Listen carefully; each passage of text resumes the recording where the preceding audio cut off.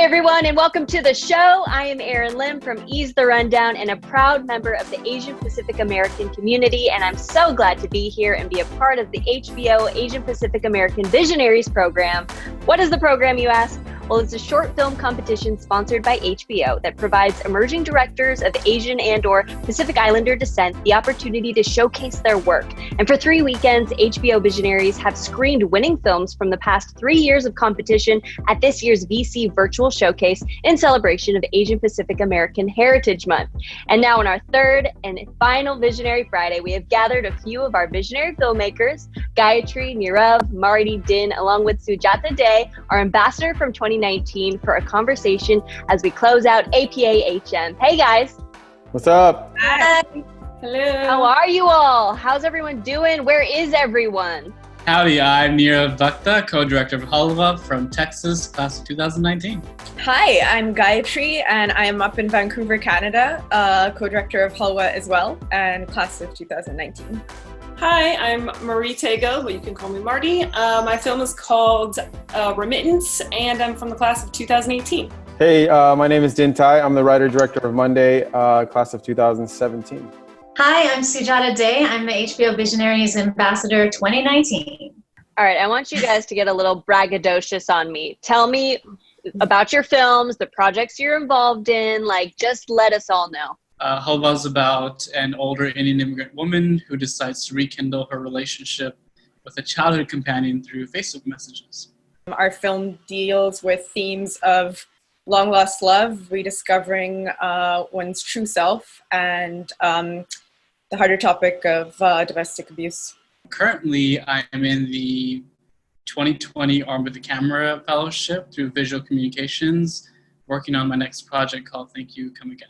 I am currently writing 2 features. I'm co-writing an international production with my cousin, a rom-com set in India, and I'm editing a feature documentary. I'm the director of Remittance. It's about a disenchanted Filipino worker on a cruise ship who cannot get in touch with her son, and her world falls apart when she can't get in touch with him.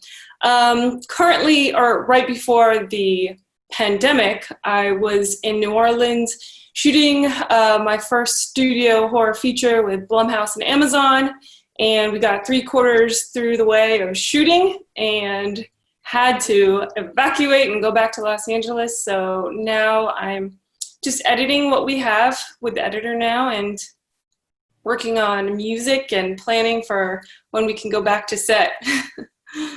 That's crazy to hear that you were in production and it got pulled. Yeah. Seriously. Oh, it should be like a couple days. It'll be fine. We'll go back. Right. Oh my gosh. Here we are 70 days later. Right. Yeah. Monday is about how an Asian American guy sort of interacts with the world around him in a sort of a racial climate. I was on New Amsterdam directing an episode, and just like Marty, we got shut down, but I was lucky enough to have finished directing the episode, and now I am writing on a pilot outline with a showrunner and also developing the Monday short into a TV show. I recurred for 3 seasons on Insecure, playing the role of Sarah, and I was on Awkward Black Girl, playing Issa's best friend. And currently, I am completely finished with my first feature film. And that it got into a bunch of spring film festivals, which all got canceled. Yay!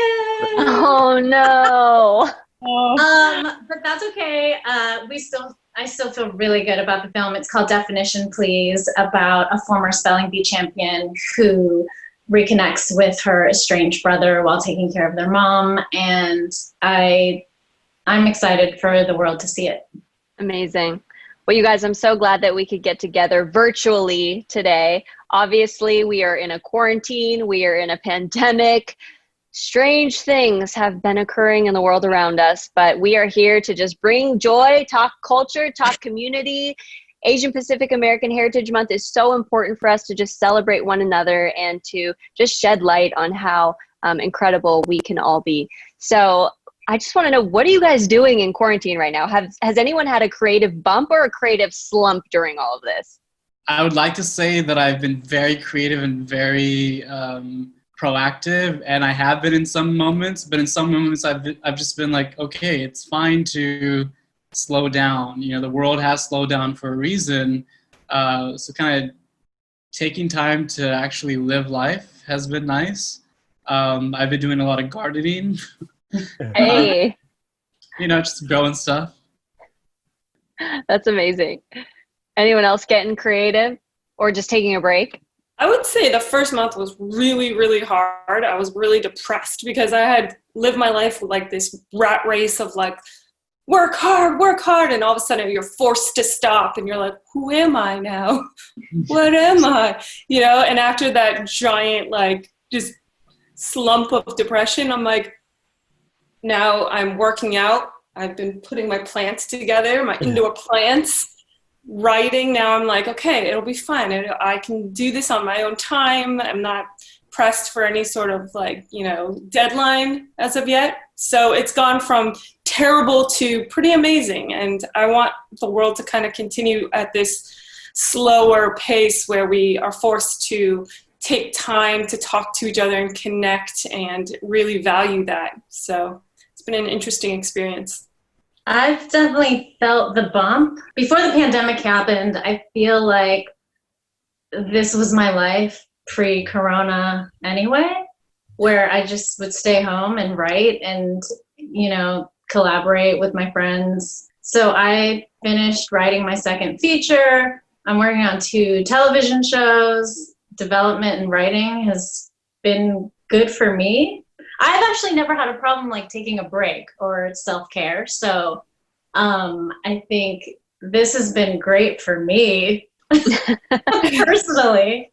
So basically you're killing it in quarantine. Got it. Kind of killing it. I felt a big bump as well. I feel like, I've been really creative lately, but also busier than ever. You guys, I have turned into my own cameraman, lighting person, audio person, editing person, tech person, craft services, like hair and makeup, everything, wardrobe.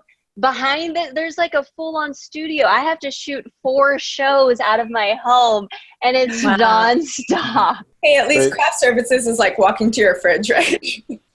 Exactly. But sometimes I'm like, wait, no one refilled the milk, or we are out of that snack that I really wanted right now. Who's going to get that for me? Oh, wait, I need to go move and get that. And then you have to fire yourself, and that's awkward. Every day I'm firing myself. But you guys, what I love about this HBO APAV platform is that we're able to tell unique stories through the APA lens. What was your favorite scene from your film? And can you just explain a little bit why? I think for Halwa, we have a couple, but the one that I think truly gets us in the gut every time, and even when we were on set, is our lead, Sujata, finally like taking off her makeup in the mirror towards the end of the film.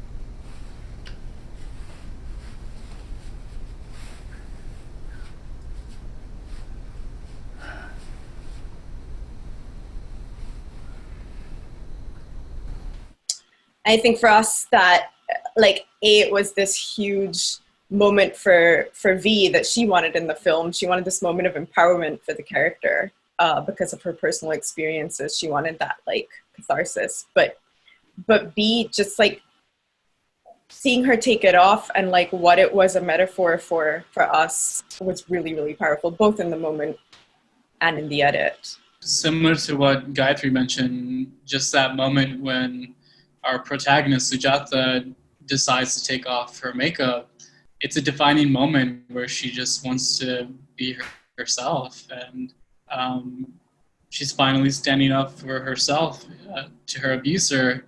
And it's also her getting ready to see her lover. And when she wants to see her lover, she wants to be seen for who she is, not be hiding behind something.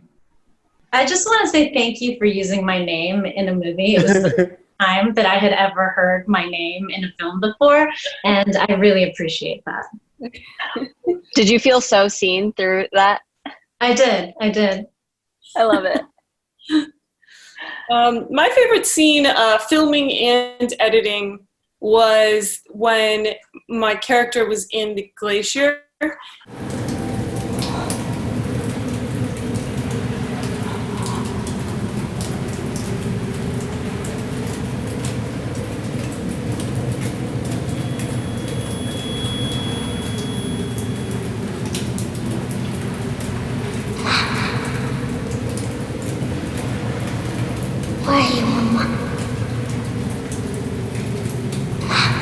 so filming that, I had never been to Alaska, and we were on a cruise for my sister's birthday, and I was, thinking with the story, I'm like, I have to find a glacier because we're in Alaska. On a stop, when the cruise stops, we're going to find a glacier.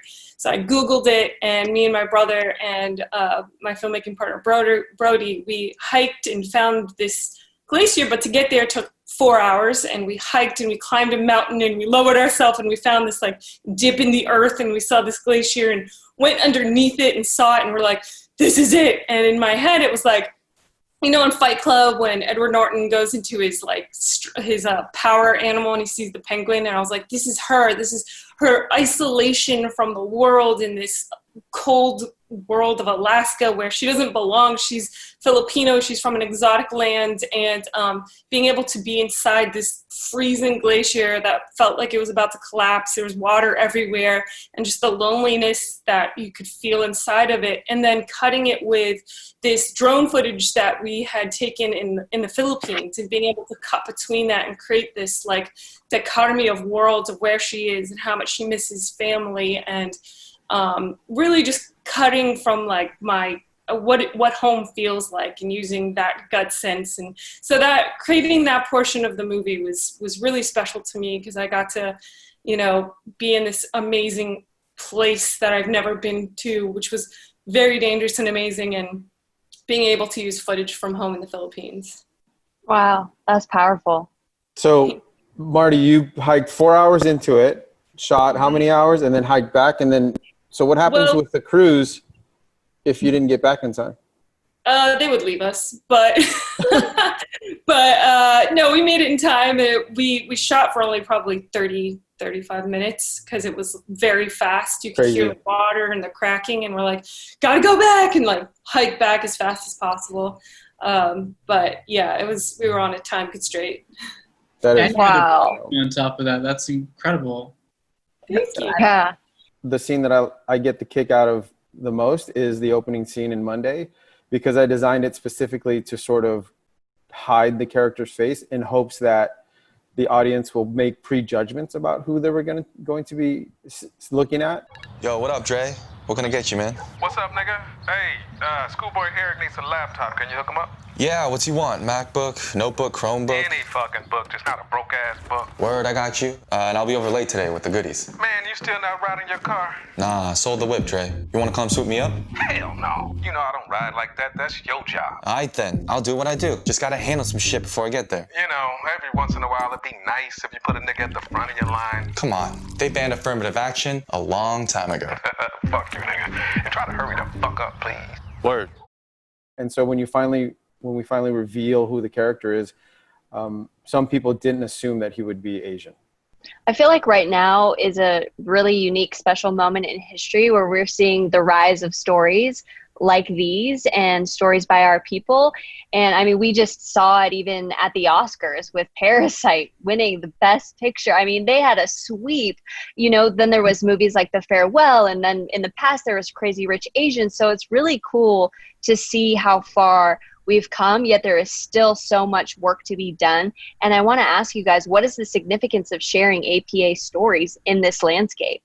I think especially in this pandemic, there's been a lot of racism towards Asians because of, where it's coming from. And I'm afraid to go on the streets, just walking around, afraid somebody's going to target me. I've already had people try to spit at me, where it's like, what? The importance of making Asian movies, TV, anything entertainment with Asians as protagonists is utmost importance right now. I think media just has the power to create sympathy for others and empathy for others, and they need to understand that we're people just like them, and it's of utmost importance during this time. It kind of reminds me of what happened to a lot of South Asian creators and actors before 9/11. We all were kind of rising. There was like Chutney Popcorn and all these incredible actors that were on the rise, and then 9/11 happened, and the media completely shifted how they saw us. And at that point, like, it took us a little while to get back to where we are now. Thank God that we have people like Sujata, who is always breaking barriers and boundaries. But it took us a while to get there. So I feel like in today's time, because we've kind of opened the door just a bit, it's even more important to keep that door open, to keep people's perspectives open. And we don't regress back to the stereotypes or tropes because of what's happening in the world. I think it's really important right now to especially support the indie filmmakers that are putting their movies out right now, because it's a tough time for everyone to kind of talk about their movies or what have you. But like Andrew Wan has a great movie out right now called Driveways, and Lin Chen will be, her movie I Will Make You Mine will be dropping on VOD. And Justin Chan's Ms. Purple is on Hulu. Alice Wu's The Half of It is on Netflix. And I feel like movies like this really break tons of stereotypes and put us in a position of like, hey, we're just normal people telling real stories and connecting to everyone on a universal level. So I think it's really important to support and raise the voices of the independent filmmakers that have movies that are coming out in 2020 and beyond. Sujata, you said something important. You said, we need to let people know that we are just like everyone else. But at the same time, we do have this rich culture and this rich background. And for you guys, how did your background influence how you took on your careers in the industry, whether it was creative style or making the choice to even jump into this industry? I grew up undocumented, and I always felt like my voice didn't matter, especially even that being translated into a television or film screen. I hardly ever saw myself. The first time I ever saw myself was Mira Nair's Mississippi Masala, and ironically it was on HBO. And that was it. You know, there was very rare instances. If I was ever to see myself, it was only in a heightened slapstick comedy kind of way. And I was never really seeing like just South Asian characters just being themselves or living complex, complicated lives. So because of that, because of feeling like other or being somebody in between cultures, and I think this is why Gayatri and I really collaborate well as well, because we both kind of come from these backgrounds of feeling like we're in between subliminal spaces and cultures, is where I kind of understood that the power is in my hand. You know, I have a voice too, and if I want to see that change, I have to do it. I have to speak up. I really relate to what you said about feeling in between cultures. I'm biracial myself. My dad is Filipino. My mom's Mexican. Grew up here in Los Angeles. So I was always kind of confused about my identity. And, you know, so many people would tell me, you're not Asian enough, you're not Filipino enough, or you're not Mexican enough, you're not American enough. And it was such a struggle. And it wasn't until I moved to Singapore when I graduated college and lived in Southeast Asia for a couple years that I really felt like I had this connection to my culture. And I wouldn't have done that, obviously, if I wasn't half Filipino. But, you know, I also wouldn't have done that. You know, I felt like if I did that, it allowed me to have a more colorful and diverse portfolio and return to America with a fresh perspective of the world and a deeper connection to who I am. And I think E recognized that when they hired me. They saw someone who wasn't just a kid who graduated from broadcast journalism school. They saw someone who, wow, they have a rich cultural identity in a strong sense of who they are, not just a regular broadcaster. So that, you know, my culture definitely influenced me in that way. Being also biracial, I completely identify with so many things that you just said. I actually grew up in India, so I'm half like white Canadian, I'm half Indian. And in India, I was like the white kid. And in Canada, like sometimes I don't know what to make of me, especially because my accent changes. Like the moment I land in one country or the other, suddenly I snap back into like, you know, my Indian accent or my Canadian, like Utnabot. But I think something really cool, which you kind of touched upon, Erin, about being like multi-ethnic and being between cultures, Anirv and I have talked about this before, is you always like occupy this position of being within the culture and having a strong connection to it that you happen to be in at the moment, but also being able to look in from the outside. And I think that's like a privilege and has really informed my storytelling. It's like, I can always like be in this moment and yet also be looking at it like from a different perspective. I grew up in a pretty colorful neighborhood, and as I got older, I realized the institution was very traditional. You know, the firefighters, the police officers, the educators, the commerce. And I never realized how Asian I was until I got into like my 30s and tried to start working as a storyteller and working on brands and trying to get work. I felt like the world looked at me as an Asian guy who didn't understand, you know, urban culture or hip hop culture. And then there's a disconnect for people and how we look at each other based on the way we look at each other. And so with that challenge, I've been able to sort of take that and apply that as a theme to storytelling, which I feel like is so much more interesting. Tell universal stories based on our unique perspectives. You know, what makes it kind of odd? Why do I feel when I wake up in the morning, I don't think I'm Asian, but I feel Asian when I walk out and people look at me and go, hey, and I could read in their minds, they're like, COVID, dude. I don't know what to do with that. And I feel like we're so lucky to be storytellers because we can do something with that. If I wasn't a storyteller, I think I'd probably lose my mind a little bit. And it forces you to think beyond stereotypes in a way that a lot of people just aren't forced to do. And that makes you constantly curious about like what's really behind somebody, what their story is beyond initial appearances. Yeah. Yeah, absolutely. I think our culture and our backgrounds makes us more thoughtful storytellers, and we have so much more empathy for other storytellers.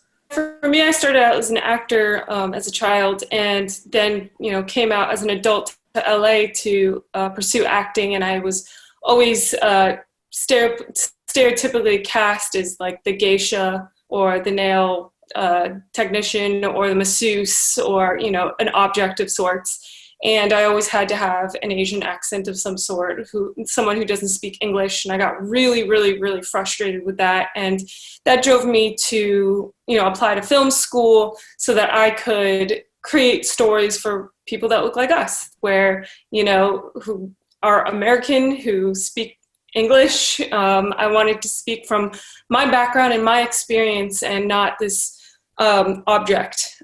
So that's what influenced me to join the industry. Did any of you face burdens when it came to being APA and filmmaking and just convincing people to maybe even help you tell these stories?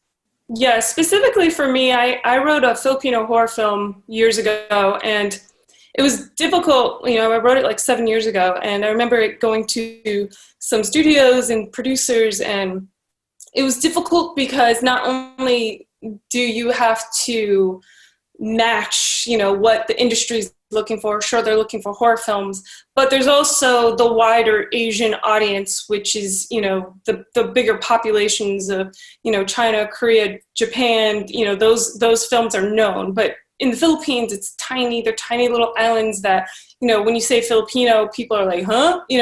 And so I had spent so long writing this script, and it was my passion, and something that's so part of me.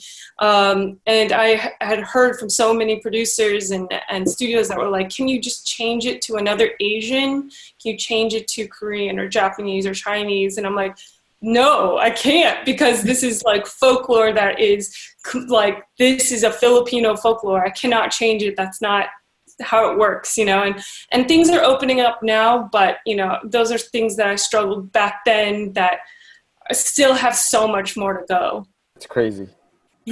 Let me soak that in. That's just nuts. Like Marty, I also started off as an actor, and I think it was the same thing over and over again. Can you do the thick accent?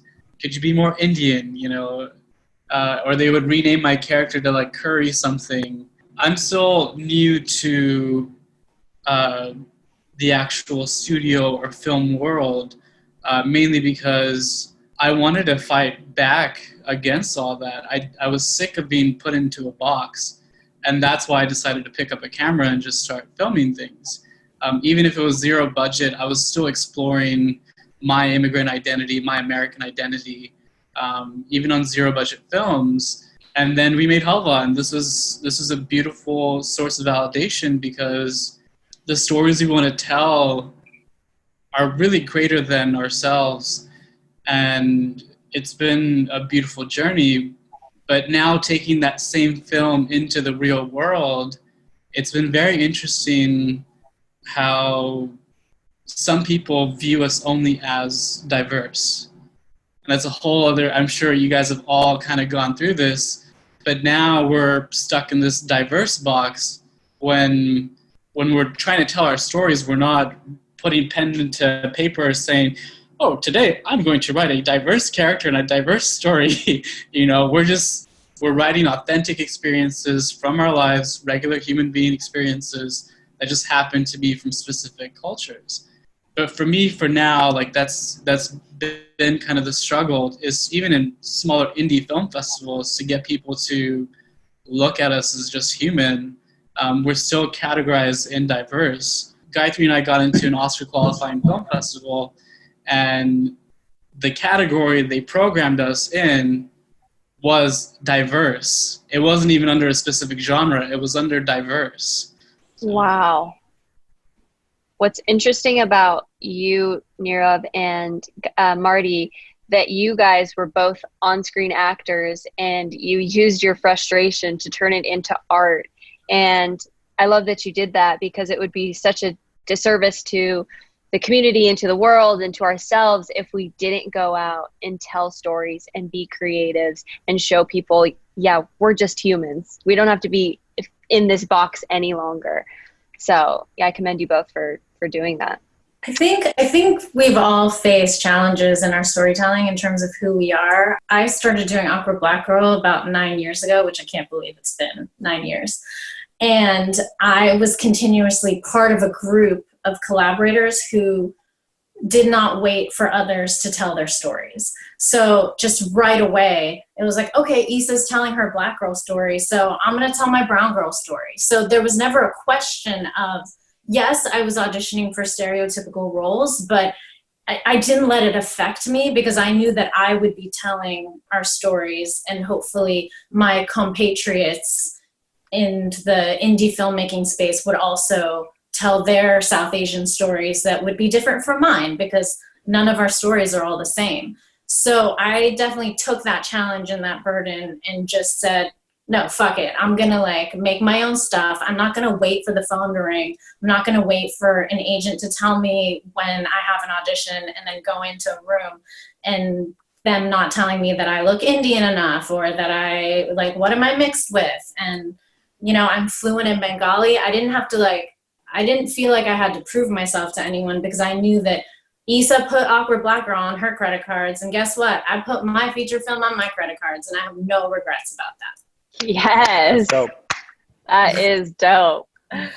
Sujata, you sort of inspired me to share something about that defiance that you displayed.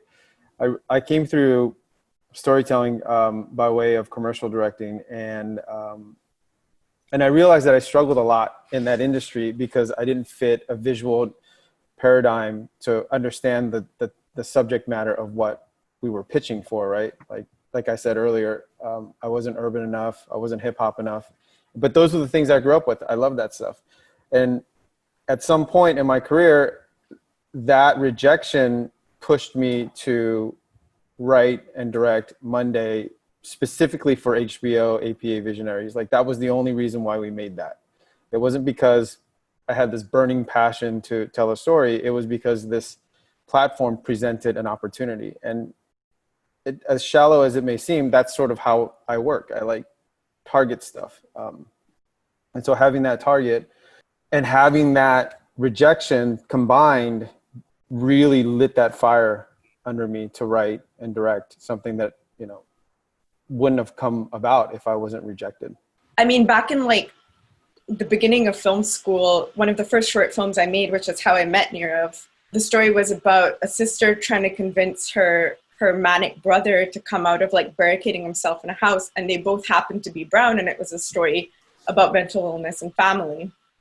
And that was something that, when you asked about challenges, like I was trying to think about whether I was challenged or like felt like I couldn't tell that story, and it didn't even occur to me. I just started doing it, and I feel like that's where we need to be at. Like, the day that we're not thinking about the fact that this story is diverse and that's that's the main thing about it, is the day that like we'll truly have, you know, made it, so to speak. No, that was so well said. Truly, once people don't see it as a color or a type of person or anything like that, is when real progress would be made. But, you know, out of all the millions of Americans, we're still roughly 6% of the population. So it is exciting to see faces like ours on the screens. But Din, I want to ask you, what is your experience behind the camera? Are you working with more APA folks? It's rare. We're rare behind the camera, especially as technicians and key personnel.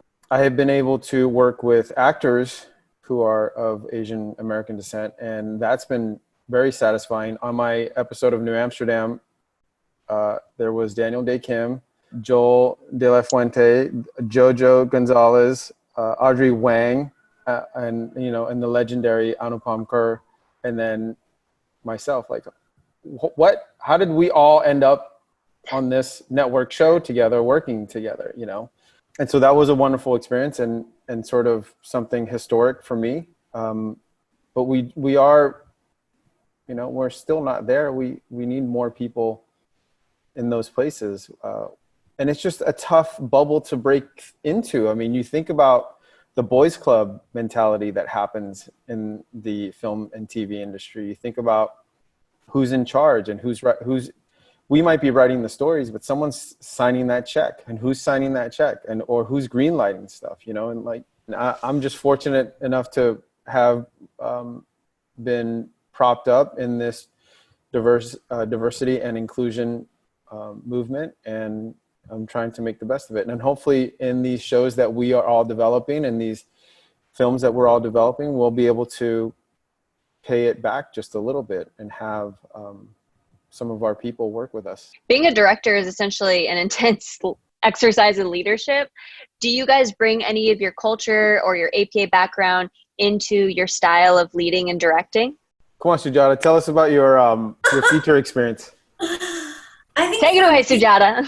I think for me, in directing my feature, I probably did subconsciously bring in my background in terms of directing, just because my parents raised me to be really confident, and I have a brother, and they were like, you can do anything your brother can do. They were very liberal. They were not strict. And I got to like go to the prom. I got to do a whole bunch of things that a lot of Indian kids aren't allowed to do. And so something that was really special is that I shot my film at my childhood home, and my parents still live there. Oh, cool. So, my mom has a cameo, and she loved every second of it, and she's great. And so, I definitely brought in my background. I will say, since I wrote my feature film as well, that I brought the background more into the writing process. And I brought my own personality more into the directing process. So, for example, the film is about two Indian American siblings and their immigrant mother. And so I obviously brought that background into the story. But in terms of directing, I think I have a pretty confident personality, and I know what I want, and I know how to communicate it without being an asshole. And so I brought all those kind of personality traits to my directing when making the feature. So to add to Sujata's last point, I think that if I were to direct the way I was raised, nobody would like me. And it took me a long time. It took me a long time to figure that out, and what it meant, and psychologically sort of pieced what all those nuances added up to. And what I realized was that our family was really goal oriented. It was like, do this, get that done, be there on time, eat this, study that. And there was really a lack of empowerment. No one ever said, explain to me why. Why are we doing this stuff? What does it all mean? And so in the past years of studying filmmaking and people, I started to realize that everyone wants to know why. And I try to always speak from a place of, why is this happening? Why are we trying to do this? And I feel like that's a really interesting way of approaching conversations with people, creative people, to sort of get them to understand what's happening. And so contrary to the way I was raised, I'm trying to really improve who I am because of that. More than culture, just like the way I was raised, I think when you're undocumented and you don't have much that you can do, I've quickly learned from my family that you just make shit happen and you turn the simplest things into something else and you kind of just run with it. So I think that run and gun kind of mentality really frees my mind to take more risk on set. In terms of actual leadership, I learned a lot through Gayatri because she obviously started off directing me as an actor, and then we've moved on to collaborating, co-directing together, including a documentary short. But one thing that I love about Gayatri is that she never discounts anybody. You know, even if it's a dumb idea that some random person brings up to you on set, she still listens to them and hears them out and never writes them off, because she could, even if they have like a little gem in that dumb idea, she could take that little gem and then take it to another place. And something about her presence on set, she knows how to control her set. And it's always a very calm and cool environment. So as far as leadership, I'm learning how to lead specifically from her. Thank you, sir. Amazing. I think, going back to what Nirav and I said about being raised between cultures and developing this ability to kind of go back and forth and adapt, that adaptability has been huge. Like if I'm on set and something's going wrong, and Nirav and I faced a lot of those moments during Halwa and on many other shoots, then that ability to like take a beat, breathe, think about a solution, and not a solution where you're dictating to people, but where you're working with them and including them in the process, I think is crucial. And part of that might come down to, being female and the way that we're raised as women as well and trained to listen. But I think a lot of it is intentional and comes from having been, in so many different worlds and cultures and learning to move between them and really listen to people. What I really took from my parents and was that total run and gun thing. My mom and dad were very, very poor in the Philippines, and they got to America and, my mom's a doctor, my dad's a nurse, but like they came from nothing. They had no money. And my mom to this day, she's a doctor, but she still sews everything that she wears. She saves food because at any time, catastrophe could happen and we have to have food, and that can-do attitude has really influenced me in, all the indie films that I've made, where it's like someone says, no, you know what, we're going to figure it out. We're going to pull this together if we have to sew it ourselves. And that type of positivity and determination I really took from my parents, who really came from nothing and taught me that anything is possible if you move forward and you keep trying and you keep knocking. I definitely relate to that, Marty. My dad being Filipino, an immigrant, and just never taking no for an answer and always finding an alternate route to where you want to end up. I think it really has added to allowing me to being the hustler that I am. And it's like, I never see anything as impossible because I just see what my parents have gone through. And I think, I'm sure a lot of you can relate to that with, the backgrounds of your culture and where your parents are from. How have you guys seen the APA filmmaking community and the APA community at large evolve since you guys became Visionaries?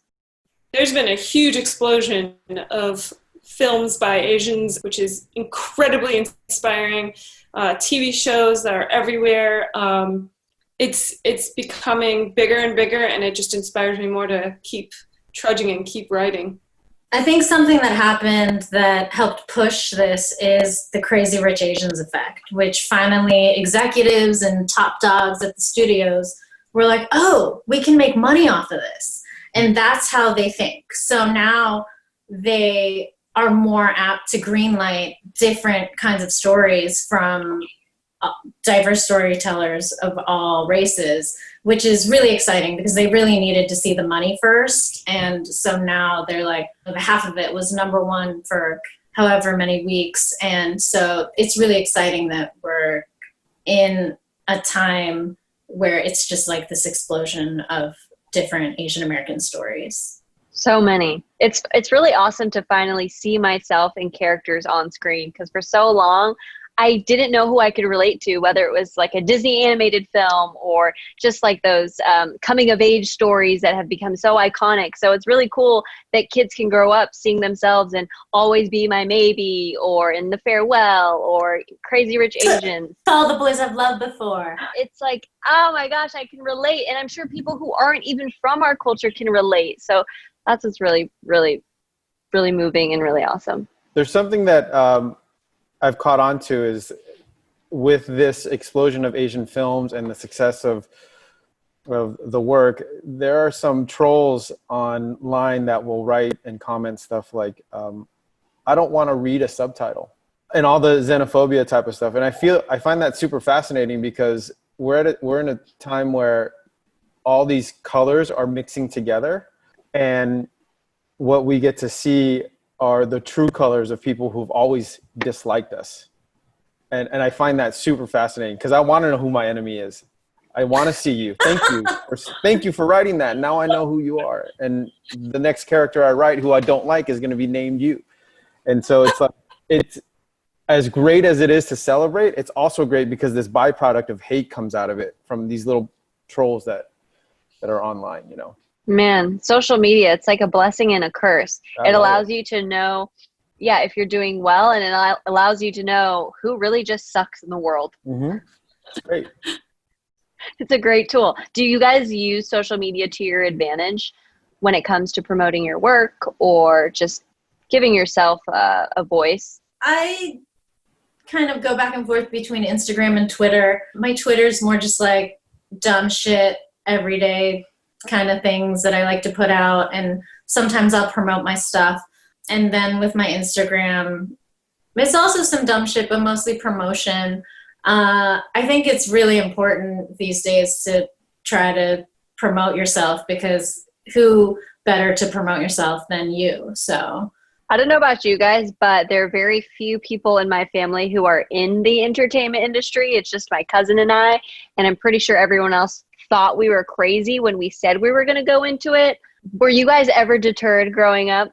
Because I was probably supposed to be a nurse or a doctor or a lawyer if it was up to my family.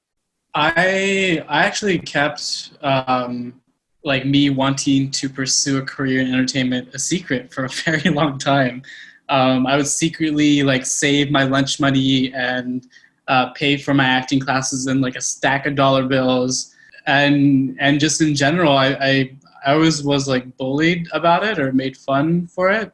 I think because of that, because society never had in my specific society, because we didn't have anybody in this field, it was kind of tough being the first one to kind of do something to stretch their perspective of what their immigrant kids could do.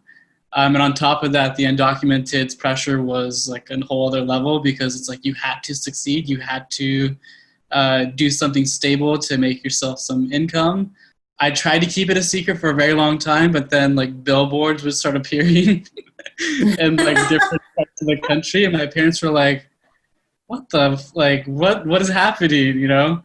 It wasn't up until like last year when we had our premiere for Halva at HBO Visionaries, where my parents came out, and they were finally able to see like what this is all about. I was like, yes, my lucky stars, everything is aligning. Like they're finally able to like experience what this is.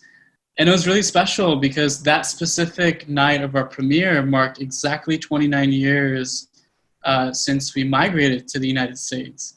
And when we first came here, we had came to LA and we were sleeping on people's kitchen floors.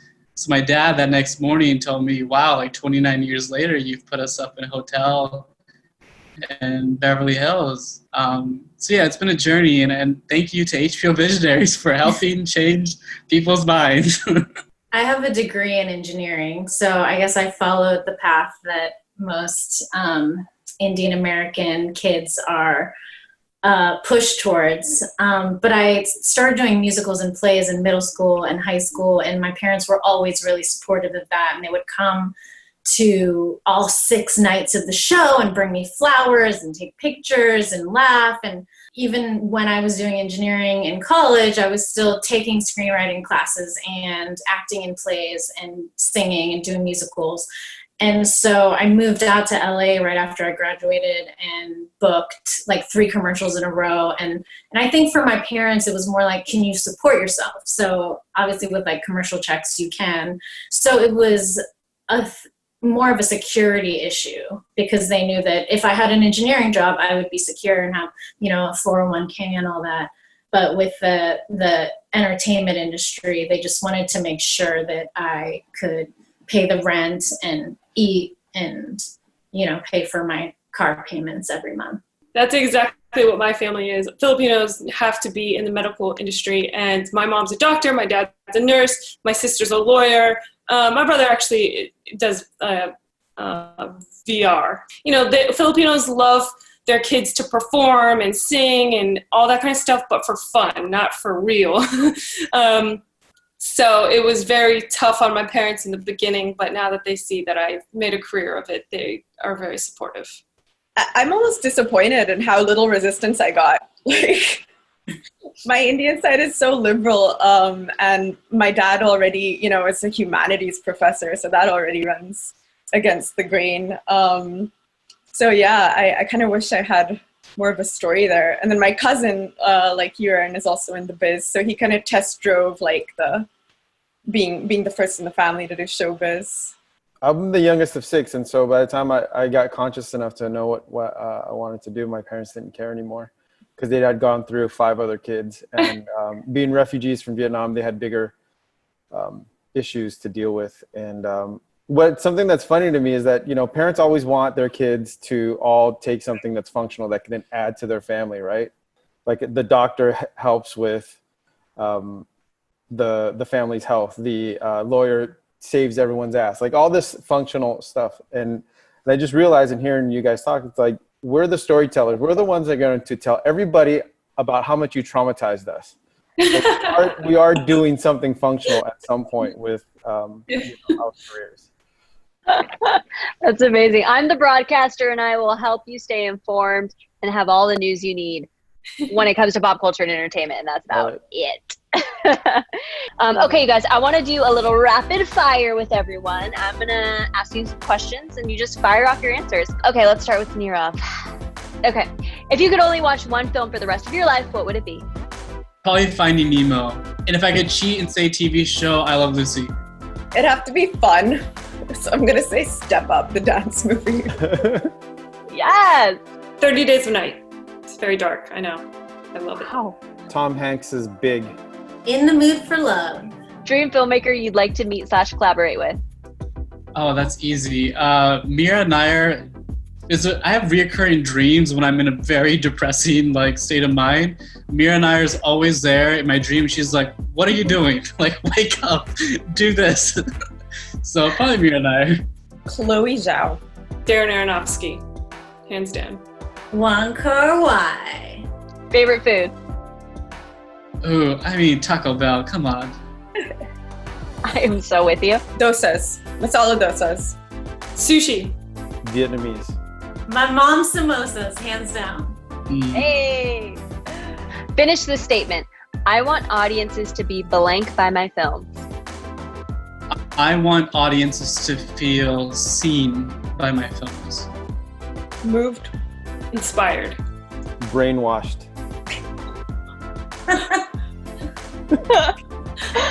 All right, we will hopefully be brainwashed by that. Inspired, moved, brainwashed, and whatever Nirav said. All the things. All of them. You guys, thank you so much for putting on a wonderful virtual showcase for the community and for continuing to grow and develop our filmmaking talent. You guys are absolutely incredible. I loved being able to converse with you today. And for everyone watching, thank you so much for joining us. We hope you enjoyed our Visionary Fridays screenings. And you guys can get more info about HBO Visionaries. Visit www.hbovisionaries.com. Bye, guys. Bye. Thanks. Thanks, everyone. Yeah.